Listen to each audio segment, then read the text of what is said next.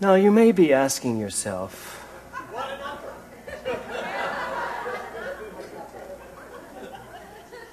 why the hell did he think he should depress us on Father's Day? Well, you know, it would just be too easy to come here and sing some pretty song about Father's Day. When Bob suggested singing this, and my knowing what the song was about, I got to be honest with you, my first thought was, wow, what do I say about that song? But I hear you all blowing your noses. But I have to tell you, it gave me a great platform to think this week. And the first question I have for all of us is, you know, what makes a great father? What is it that designates a great father? You know, according to the song, it's about giving to our children. You know, a better life than the one my dad could give me. That's an interesting concept. You know, the expectation of what can we give to our children that we didn't have? How can we make it better for the next generation? How can we make sure our children have everything they could possibly need and keep them, help them avoid making the same mistakes I made? Not a lot, but all the mistakes that might have been made. But seriously, looking at my son and my daughter, saying, how do I protect them from making the same mistakes when I watch them start to experience the same things I experienced? And I want to take them and say, this is the way it works. And they don't care. They don't want to hear that. They want to do it themselves and figure it out for themselves. And I think that's one of the greatest challenges for a parent, to watch their child follow in a similar path. Because frankly, there really is only one path. And that's the path of life unfolding perfectly. So the song talks about us giving more than was given to ourselves. I want to give my children a better life than I ever had. It's instinctive in me that I want to do that. I think fathers instinctively want to make their child's way easier. I expect more from my fatherhood than I expected from perhaps my father's fatherhood, or that I experienced perhaps. I think we look at our children, all of us look at our children as the expectation of the future. You know, I mean, I still have finger paintings that they did when they were 2, and to me, they're Jackson Pollocks. They actually look like Jackson Pollocks. But I saved them, and the other night I walked into their rooms and I realized they're still in their rooms. I don't even know they know that they did them, but there they are in their rooms. The title of my talk today is Generations. The song starts out with a father singing about his son, singing about what it was like when his son was younger, because his son is older now. And then it goes back, second verse, he's talking about his father, his own father. So at first he's talking about his son on this generation, then he's talking about his father on this generation. Of course, he stands in the middle. And then it concludes with talking about what kind of a father will the son be. So it's very layered, this song, in so many different layers of generations with father. So it's a generational thing. When my son met my father, it was a number of summers ago, and when we got to Philadelphia, they were meeting him for the first time, my daughter went into some kind of crazy fit of screaming and crying in the car. I don't want to meet him! I was like, you don't know him. I could see if I said that, but you don't know him. And she's just going nuts, and like, she was in such a froth, that's the way gay fathers describe it, such a froth that she fell asleep on my shoulders as we were walking in. I thought, what a great way to get out of this. Just fall asleep. So she fell asleep, but Will, aptly named, Will runs into the living room. I get in. Kevin takes Nora and takes her to her bedroom and lays her down. And Will runs in, and my father's sitting on a chair, his lazy, whatever those lazy things are, lazy boy. And he runs in and he just jumps on his lap and he goes, "Hi, so you're his dad." And it was so disarming And my father's like, uh-huh. I'm his dad. And he's your dad. He goes, yup. And they had this fine day, this great relationship. And I just looked at them, and my father was, that particular day, in really good form, was actually like being grandfatherly to my son. And he was being so polite and patient. Two things I'd never seen. And I was like, maybe it just skips a generation. Maybe it's just, treat your son this way, but when he has a kid, I'll be nice. You know, and it was a very interesting day. You know, my father was not a very emotional man. Me, I'm an extremely emotional man. My father was a man of few words.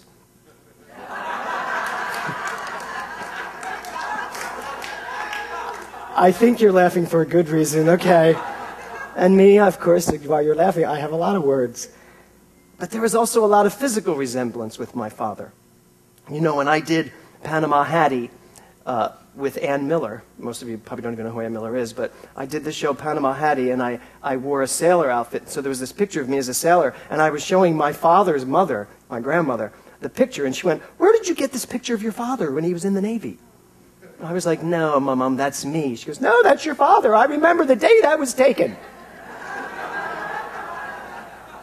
But it wasn't. It was me. And what's really scary is that if you ever see pictures of me as a boy, you're pretty much looking at my son, Will. So this whole concept of DNA and generations, and we turn into our parents turn into our children, that's what I'm here to talk about today. You know, what does it really mean, this generational thing? And what does it really mean when we talk about it in terms of science of mind? Because, of course, I'm more interested in what it means in terms of science of mind than anything else. I'm more interested in how everything relates to science of mind in my life.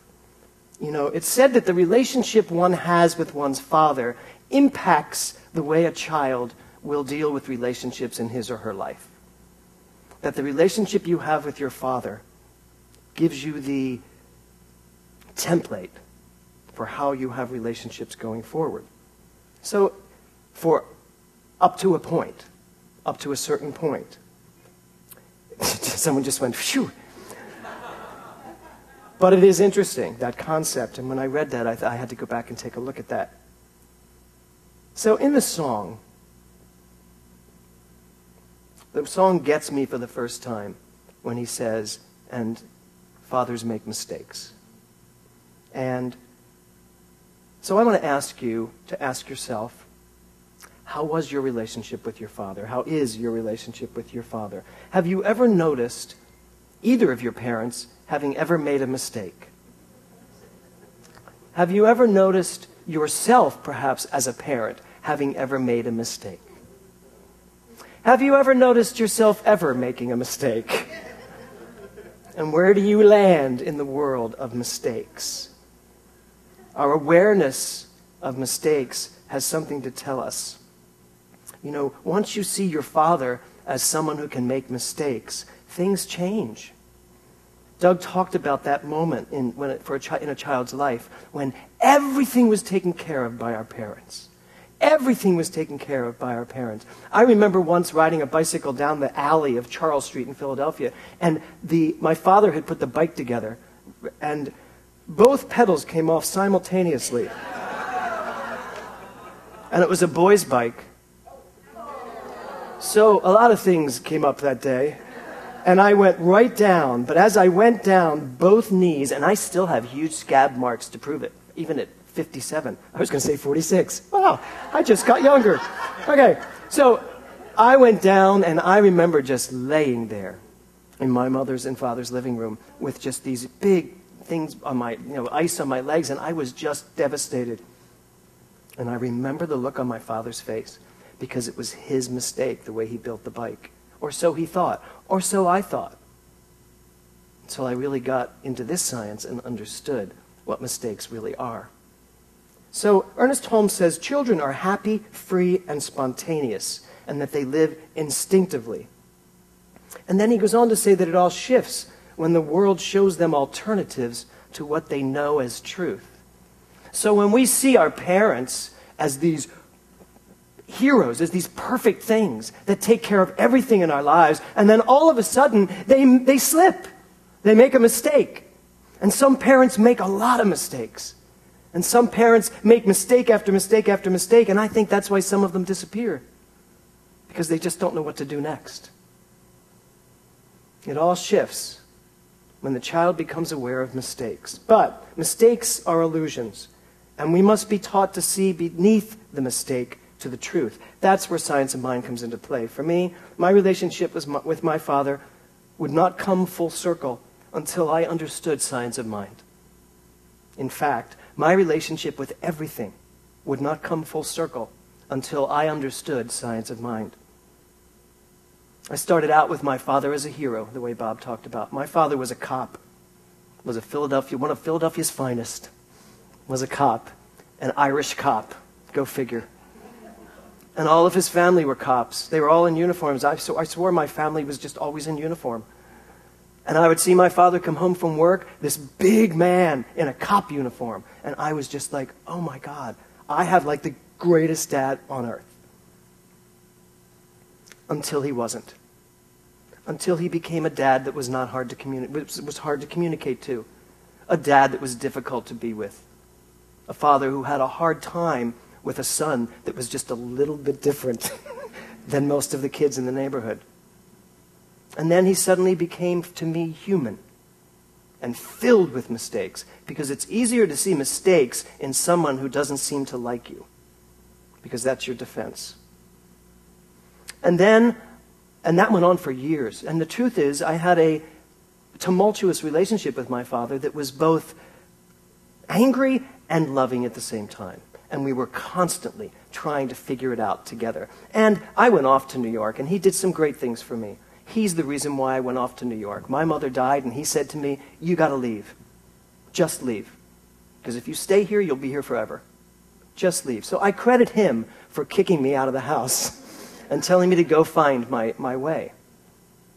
But when I left to go to New York, we became more and more and more estranged. More and more. Even as I had such great successes, until I came home to do 42nd Street, and I was pretty much hometown boy comes home as a star.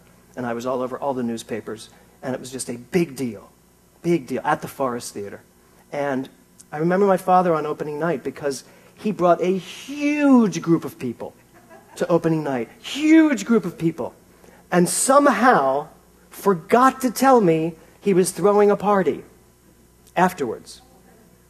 Until the end of the show, and he came backstage, he said, don't forget the party. And I was like, what party? I have an opening night party. And he was like, the party, I'm throwing a party at the restaurant. I was like, but I already have a party for the producers. Now I'm thinking, producer, father, which one's going to hire me in the future? But I went to both. I made it over to my father's, and I saw me through his eyes then. And it kind of shifted things for me. It didn't change me seeing him and his mistakes, though. It took going to Eric Butterworth's Unity, and then going to Dr. Walker, and really getting clear on what mistakes are. So how many of your fathers made mistakes? How many of you, as fathers, are making mistakes? And how many of us, and here's the real question today, how many of us are still holding on to those mistakes? How many of us are still holding on to any mistakes our fathers, and we should add our mothers here, our parents have made? How many of us still hold on to that vision? You know, once I accept the idea of mistakes, things do change. And the father-mother image is one of the first times we lose our innocence, when we realize that they aren't perfect. And the problem is that we think they're supposed to be perfect. And an even bigger problem is that we think perfection is supposed to look like something. So I'm here today to ask us, what does it mean to be a father? What does it mean to be a father? John Livesey sent me something online. It was called The New Face of Dad. And all these fathers were in there talking about what it means to be a father. And almost every single one of them talked about the fact that the new face of father does not match the old face of father. It was as though I was speaking through every single person that was interviewed. Well, I'm much more loving with my children than my father was. I'm much more giving and emotional than my father was. I'm much more patient than my father was. But you know what really went on? Life constantly grows and evolves. People are evolving, generations are evolving. This generation turns into this generation, turns into this generation, turns into this generation. So when I asked myself, what does it mean to be a father? If I have to decide what's the greatest thing, what's the biggest thing it means to be a father, and you know what I came up with for me? Patience. Patience, that I can have patience. I remember carrying Nora on my shoulder, screaming because she wouldn't put on her sweater. And I wouldn't let her ride her bike without a sweater. And she called my bluff and said, I'm not putting it on. And she was like 12. No. She was like 4. And she said, I'm not putting it on, because we were far away from the house. And there was a bicycle and her. And I think she thought to herself, what's he going to do, carry us all home? I did. I threw her over my shoulder. I picked up the bike and died all the way home. But I made it home and made my point.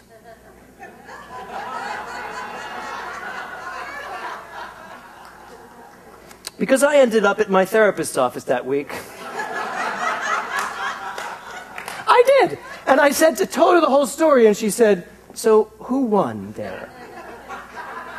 And I said, I did. She didn't wear her sweater. He said, no, but she didn't wear her sweater, and you carried her all the way home. I said, what are you saying? She's like, well, there's no winning or losing, and you really should choose your battles. How important is it? If a child's not cold, she's not going to want to put on her sweater. Just because you thought she was cold doesn't mean that she was cold. And I was like, what are you saying? She should have an opinion? I learned a lot at that therapy lesson.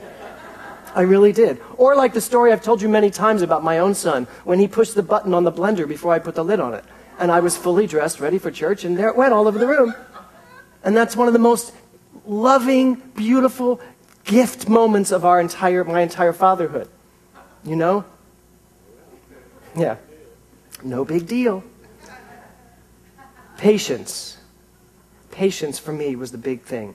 To see things rightfully. Fully right. To see things right. To listen. To listen to what's being said and to what's not being said. To not judge. To stay open to something I might not know. To love unconditionally. To love unconditionally, meaning that to love without reason. Love without reason. A love that doesn't have to have a reason. That's a father's love. We never need to justify love because we are love. And so a father's love is to love his children without a reason, without justification, without justifying why he loves them. He just does. A father's love just is. So how does all this work for Science of Mind? Especially if I can look at my father and say, I don't recognize that as the father I had on the earthly plane. Well, Doug already said it. The Father and I are one. The Father within me does the work. The Father within doeth the work. As each generation wants more for the next, so it is with God. Where I come to on this particular Father's Day is an understanding that there is a Father within me that always wants for my best, that is always pushing me towards the greater, always pushing me towards what is mine to have, what is mine to do. It's an awareness inside of me. There's this divine evolution that mirrors the fatherly relationship. This divine evolution. It is the Father's good pleasure to give me the kingdom. So where I'm really going today for you is this. I want to just leave you this morning with this concept of reparenting yourself. Reparenting yourself. Because the Father we really need to talk about today is the Father I am to myself. I have long ago left my Father off the hook for anything I thought he didn't do well. Because I understand how to love rightfully. How not to love on this plane of action based on what I'm seeing, but to love from an innate place of love, an unconditional love that doesn't ask for conditions to be a certain way in order for me to love. And I'm certain that there's some of us in the room here today who still have issues perhaps with their father. And today could be a breathtaking moment in time where you can put those down and no longer have them as part of your life. Because I can be certain of one thing about my father. My father wanted the best life I could possibly have for myself. And anything I still think, on the contrary to that, anything I still hold on to that gets in the way of that, has no business in my mind. My father's no longer here. My father has already moved on to the more knowing place that he is in, I'm sure. So why would I let anything of our relationship that didn't work still have any power in my life? And that's about reparenting. Reparenting ourselves, becoming the father figure in our own lives. There is that within us, and it is God, that is always moving us forward. Ernest Holmes wrote this: "After a certain age, children have to be re-educated, just as do adults, that their subjective mind may not reproduce false impressions." Ernest Holmes says that children are thriving, inspirational, spontaneous creatures until they notice mistakes. And now they're uncertain. Anybody relate to that? Just to that idea that life's not perfect for some reason, and yet life is. And that's where we are constantly being drawn back to. Life is perfect, even like this. You know, in the last CPR, I used "my life is unfolding perfectly." And as I was putting this talk together, I got to a moment where I said, oh my God. It's not just that my life is unfolding perfectly. My life has always unfolded perfectly. It unfolded perfectly with the parents I had. It unfolded perfectly with the career I had. It unfolded perfectly with every person I've ever dated. And that's a lot. It has unfolded perfectly with the 24-year marriage that I have, that I'm so grateful for. It has unfolded perfectly with the 2 perfect children I have in my life. It has unfolded perfectly with the church that I am now a part of. It has unfolded perfectly with all of you. It has unfolded perfectly to get me here to this moment today. Therefore, there are no mistakes. And I can go back to being the child of inspiration and spontaneous delight and stop being the person who notices conditions. It is about being free of the conditions and just knowing that everything I see is God. And there is a Father in me that is constantly pushing me forward to know only that, and nothing more. So, what makes a great father? Nothing makes a great father. The Father in us already is great.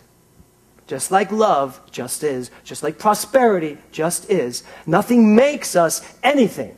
We already are.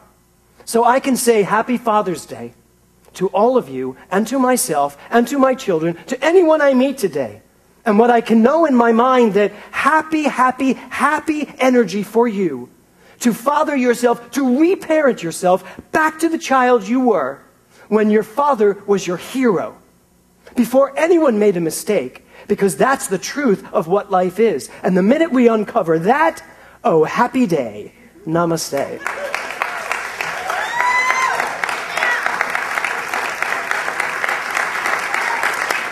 Thank you.